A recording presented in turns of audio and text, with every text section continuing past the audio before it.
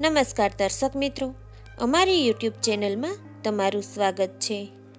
મહાશિવરાત્રિનું મહત્ત્વ ચાલો જાણીએ આ વિડીયોમાં। મહાશિવરાત્રિ એ એક એવો તહેવાર છે જ્યાં લોકો આખો દિવસ ઉપવાસ અને આખી રાત ભોજન અને આનંદ માણવાને બદલે પૂજા કરવામાં વિતાવે છે। શિવરાત્રિ શબ્દનો શાબ્દિક અર્થ થાય છે શિવની રાત્રિ। કદાચ આ જ કારણ છે કે સેરેમની મુખ્યત્વે રાત્રે થાય છે। દિવસભરના ઉપવાસ પછી ઓમ નમઃ શિવાયના મંત્રોચ્ચાર સાથે રાત લાંબી જાગરણ કરવામાં આવે છે, જે આ તહેવારનું પ્રતીક છે। એવું માનવામાં આવે છે કે જે કોઈ પંચાક્ષરી મંત્ર ઓમ નમઃ શિવાયનો જાપ સંપૂર્ણ ભક્તિ સાથે કરે છે તે બધા પાપોમાંથી મુક્તિ થઈ જાય છે।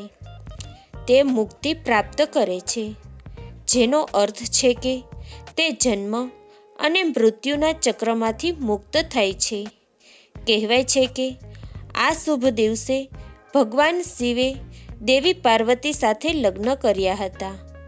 શિવલિંગને દર 3 કલાકે દૂધ, દહીં, મધ, ગુલાબજળ વગેરેથી ધોઈને આખી રાત પૂજા કરવામાં આવે છે।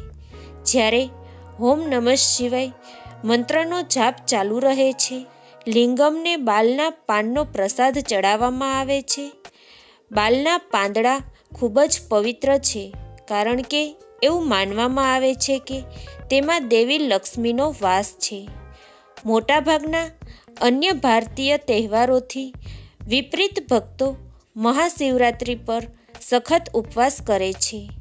તેઓ ખાસ કરીને પ્રસંગ માટે ઘડવામાં આવેલા આહાર સિવાય બીજું કંઈ લેતા નથી। એવું કહેવાય છે કે જો કોઈ ભક્ત ઈમાનદારી, શુદ્ધ ભક્તિ અને પ્રેમથી મહાશિવરાત્રિનું વ્રત કરે છે તો તે ભગવાન શિવને દેવી કૃપા પ્રાપ્ત થાય છે। વ્રત માટે ભોજન। કેટલાક ભક્તો નિરાહાર વ્રતનું પાલન કરે છે, જેનો અર્થ થાય છે કે ચા, દૂધ અથવા તો પાણી જેવા ખોરાક અને પીણાનો પણ ત્યાગ કરવો। જ્યારે અન્ય લોકો એવો આહાર ખાય છે જે ચોખા, કઠોળ અથવા ઘઉંથી બનેલી કોઈ પણ વસ્તુ વગરનો હોય છે। બીજા દિવસે સવારે પૂજા કરવામાં એક રાત વિતાવ્યા પછી તેઓ સિંદેર કે અટ્ટે કી રોટી અને સાબુદાણાની ખીર ખાઈને ઉપવાસ તોડે છે। સેંધા નમકનો ઉપયોગ ઉપવાસ માટે ખોરાકમાં થાય છે। લોકો દેવતાને પ્રસાદ તરીકે અર્પણ કરવા માટે બટાકાના કેળાના પેનકેક, લૌકિકા હલવા, ઠંડાઈ વગેરે જેવી વાનગીઓ તૈયાર કરે છે। શિવ એક તપસ્વી દેવ હોવાને કારણે મહાશિવરાત્રિ તપસ્વીઓમાં ખૂબ જ લોકપ્રિય છે। ઠંડાઈ, ભાંગ, બદામ અને દૂધથી બનેલું પીણું ભક્તો દ્વારા આવશ્યકપણે પીવું જોઈએ। આ એટલા માટે છે કારણ કે ભાંગ શિવને ખૂબ જ પ્રિય હોવાનું કહેવાય છે। જેઓ ઉપવાસ કરે છે તેઓ શું ખાઈ શકાય અને શું ન ખાવું તે અંગેના નિર્ધારિત નિયમો ખંતપૂર્વક પાલન કરે છે। મધ્યાહન દરમિયાન લેવામાં આવતા ખોરાકમાં ડુંગળી, લસણ, આદુ, હળદરનો પાવડર ઉપયોગ કર્યા વિના બિન અનાજની તૈયારીઓનો સમાવેશ થાય છે। તેના બદલે જીરું, રોક મીઠું અને મરચાં જેવા ઘટકોનો ઉપયોગ કરવામાં આવે છે।